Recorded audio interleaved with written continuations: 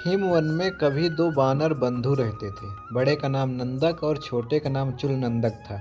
वे दोनों वहां रहने वाले 80,000 वानरों के मुखिया थे। एक बार वे दोनों वानर बंधु अपने साथियों के साथ कूदते फांदते किसी दूरस्थ वन में चले गए और अपने साथियों के साथ नए नए फलों का स्वाद लेने लगे, आनंद लेते रहे। उनकी बूढ़ी माँ भी थी, जो वृद्धावस्था में कूद फांद नहीं कर सकती थी, इसलिए वह हिमुआ के वन में ही रहा करती थी।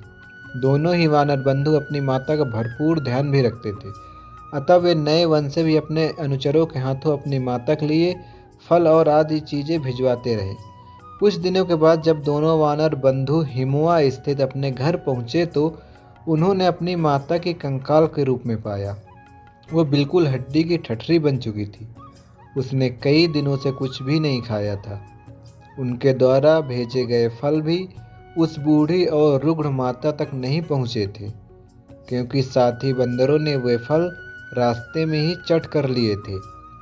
अपनी माता की दयनीय दशा को देखकर उन दोनों बंदरों ने शेष बंदरों से दूर रहना उचित समझा और अपनी माता के साथ एक नए स्थान पर डेरा डाला।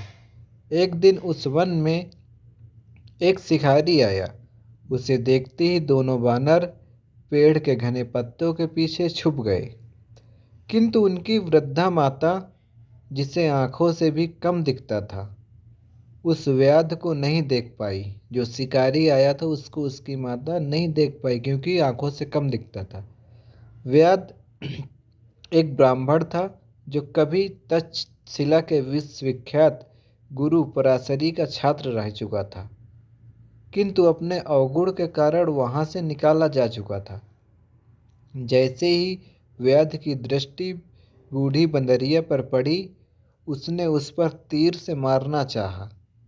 अपनी माता के प्राणों की रक्षा हेतु नंदक कूदता हुआ व्याध के सामने आ खड़ा हुआ और कहा, हे व्याध, तुम मेरे प्राण ले लो, मगर मेरी माता का संहार ना करो। व्याध ने नंदक की बात मान ली और एक ही तीर में उसे मार डाला। दुष्ट व्याध ने नंदक को दिए गए वचन का उल्लंघन करते हुए फिर उस बूढ़ी मरकटी पर तीर का निशाना लगाना चाहा। इस बार छोटा भाई चुल नंदक कूदता हुआ उसके सामने सामने आ खड़ा हुआ। उसने भी अपने भाई की तरह व्याध से कहा, हे व्याध, तू मेरे प्राण ले ले, मगर मेरी माता को ना मार।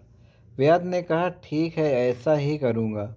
और देखते ही देखते उसने उसी तीर से चुल नंदक को भी मार डाला। फिर अपने वचन का पालन न करते हुए उसने अपने तरकस से एक और तीर निकाला और बूढ़ी मरकटी को भी छेद डाला। 3 बंदरों का शिकार कर वो व्याध बहुत प्रसन्न था, क्योंकि उसने एक ही दिन में उनका शिकार किया था। यथाशीघ्र वो अपने घर पहुंचकर अपनी पत्नी और बच्चों को अपना पराक्रम दिखाना चाहता था। जैसे ही वो अपने घर के करीब पहुंच रहा था, उसे सूचना मिली कि एक वज्रपात से उसका घर ध्वस्त हो चुका था और उसके परिवार वाले भी मारे जा चुके थे।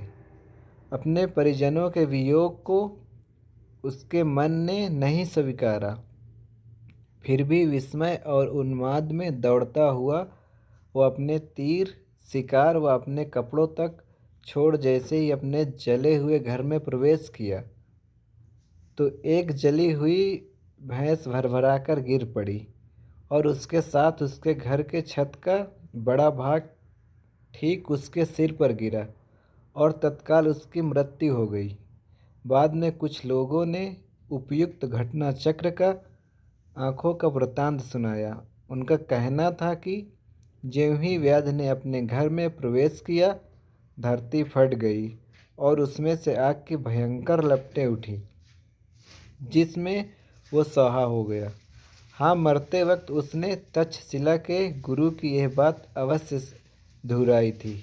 अब आती है याद मुझे गुरुदेव की वो शिक्षा, बनो अमरादी और करो नहीं कभी ऐसा, जिससे पश्चाताप की अग्नि में तुम्हें जलना पड़े। Thank you.